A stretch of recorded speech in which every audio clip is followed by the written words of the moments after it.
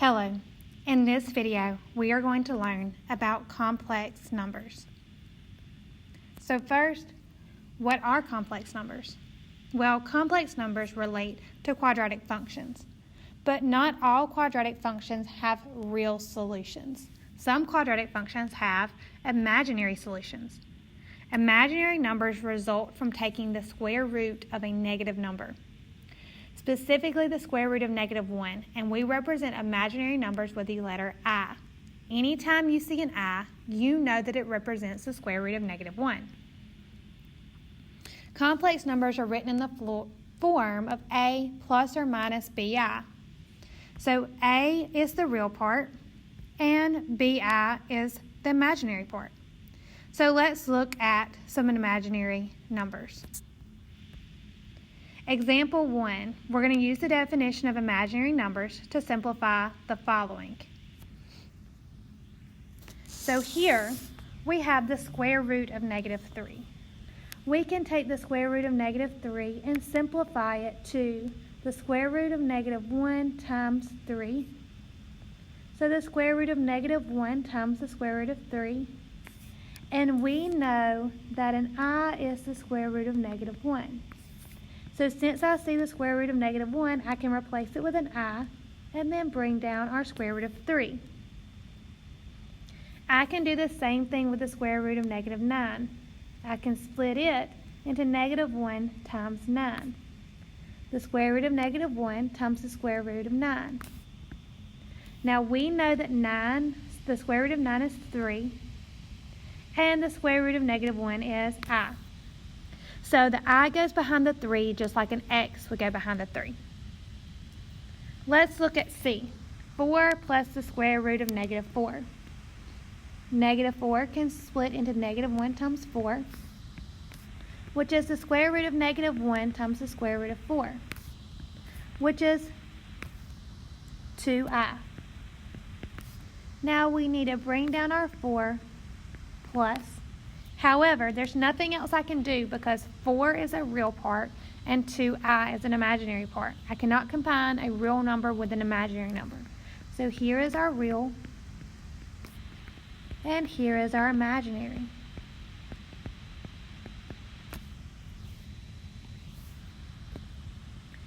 Now, I want you to identify the portions of the complex number. 6 minus 4I. Remember, the form is A plus or minus BI. This is standard form of a complex number. If the I is ever in the front, you need to rearrange and put the real part in the front. So looking at this, we see that, we see that 6 is our real part.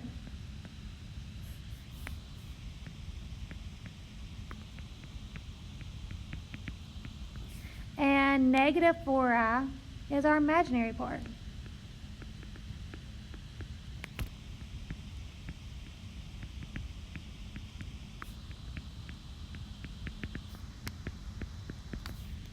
It's as simple as that. Now moving on to example 3, we are going to combine the following complex numbers. We are going to treat this very similarly to how we treat regular plain expressions. So looking at part A is simply a plus, so I don't have anything to distribute. So I can rewrite this as 2 plus 3I plus 5 plus 8I, dropping my parentheses. Now I need to combine like terms. I see a 2 and a 5. 2 and 5 become 7. And then I see a 3I and an 8I, both being positive. So 8 and 3 become, why did I write 2 plus signs? Become 11I. So we're combining our like terms. We combined the two constants, and then we combined the two imaginary parts. Now, part B is a little bit more complicated because we have this negative. We have subtraction. Therefore, we must distribute it. 2 plus 3I minus 5 minus 8I. Once again, that was because we distributed the negative. So we're going to combine like terms. 2 minus 5 is -3. And 3 minus 8I. Let's circle those so that we know. 3 minus 8I is negative 5i. And that is how you subtract two complex numbers. Now, what if we're going to multiply two complex numbers? Okay, we're going to see a really cool rule in this example. So we're going to say 2 times 5 is 10. 2 times 8i is 16i. 3i times 5 is 15i. And 3i times 8i is 24i squared. Combining like terms, 16i plus 15i is going to become 31i. Okay, now we have 24i squared, and we need to look at the I squared. This is what we're focusing on. Let's establish what I squared is. We know that I equals the square root of negative 1. But what happens when I square my I?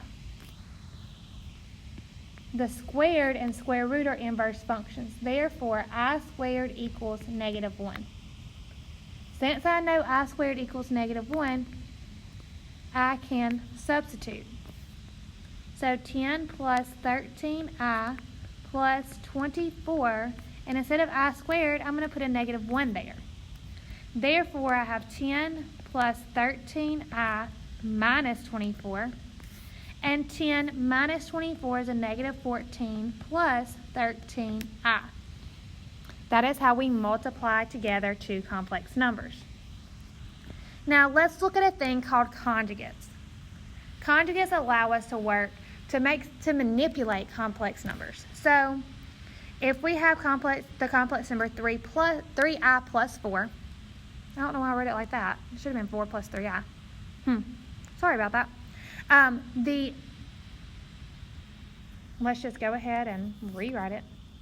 Let's just get the whole screen up here. The conjugate's 3 minus 4i. But let's rewrite this. Well, the important part, we won't rewrite it.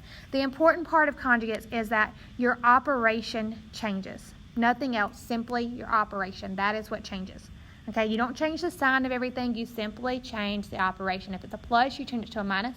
And if it's a minus, you change it to a plus. Okay. On example 5, we are going to combine the two complex numbers that are being divided. 2 plus 3i divided by 5 plus 8i. So our previous slide was about conjugates, so guess what we're going to use? Conjugates. Okay, so we're dividing by 5 plus 8i. What is the conjugate of 5 plus 8i? Remember, we're only going to change the operation. The operation of our denominator is plus. So we need to change the operation to subtraction. So 5 minus 8i. And we are going to multiply the top and the bottom by the conjugate. Okay? Make sure that you remember what a conjugate is, because it's going to continue to show up as you progress from pre-cal and if you progress to calculus. So let's distribute. 2 times 5 is 10. 2 times negative 8i is negative 16i. 3 times 5 is positive 15i. 3 times negative 8, and both of those are i's, so it's going to be negative 24i squared. All over, to the bottom too, 5 times 5 is 25. 5 times negative 8i is negative 40i. 8i times positive 5 is positive 40i. And 8i times negative 8i is a negative 64i squared. Now something really cool is going to happen with our denominator in just a second, but we're going to see. We're going to combine our numerator first. Negative 16 plus 15i is negative I. And remember that I squared is the same thing as negative 1. So negative 24 times negative 1. In our denominator, we have negative 40i plus 40i. That is going to combine to 0. So now we have 24 minus 64, and remember I squared is negative 1. So 64 times negative 1. So in our numerator, we now have 10 minus I plus 24. And in our denominator, we have 24 plus 64. Guess what? our denominator no longer has as present. That is awesome. And that's the whole point of multiplying by the conjugate. So let's simplify. We're going to move up here because we're out of room. So 10 plus 24 is 34 minus I all over 88. And that, ladies and gentlemen, is how you divide two complex numbers. So in this video, we have reviewed simply what a complex number is. We know that that imaginary number is I equals the square root of -1. And complex number is A plus or minus BI, in that standard form. We have learned how to add, subtract, multiply. We have learned that a conjugate is A to A plus BI is A minus BI. And we've learned how to multiply. So we've learned how to do all four major operations.